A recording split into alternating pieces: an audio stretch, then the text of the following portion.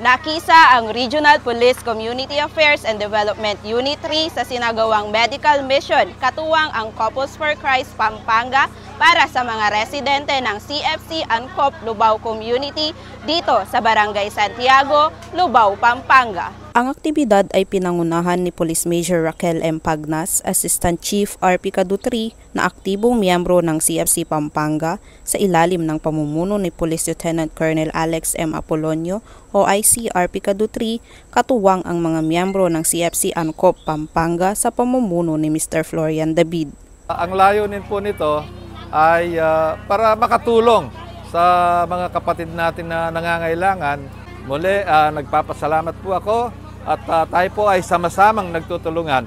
And with that unity, there is strength, mga kapatid. Kasama sa nakisa at naghatid ng libreng serbisyo sa nasabing aktibidad ang WOW Clinic, Parian Diagnostics at ilang kasapi ng Philippine Eagles.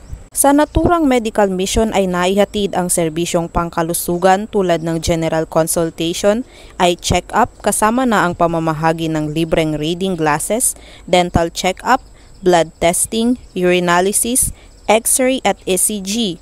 Iba't ibang gamot at bitamina ang naipamahagi din sa mga benepisyaryo.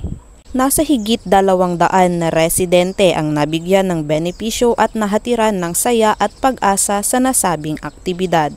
Patuloy ang mga kapulisan sa paghahatid ng serbisyong pangkalusugan sa mga komunidad katuwang ang iba't ibang ahensya at pribadong grupo upang maipadama sa kanila ang malasakit at tunay na serbisyong handog ng pamahalaan.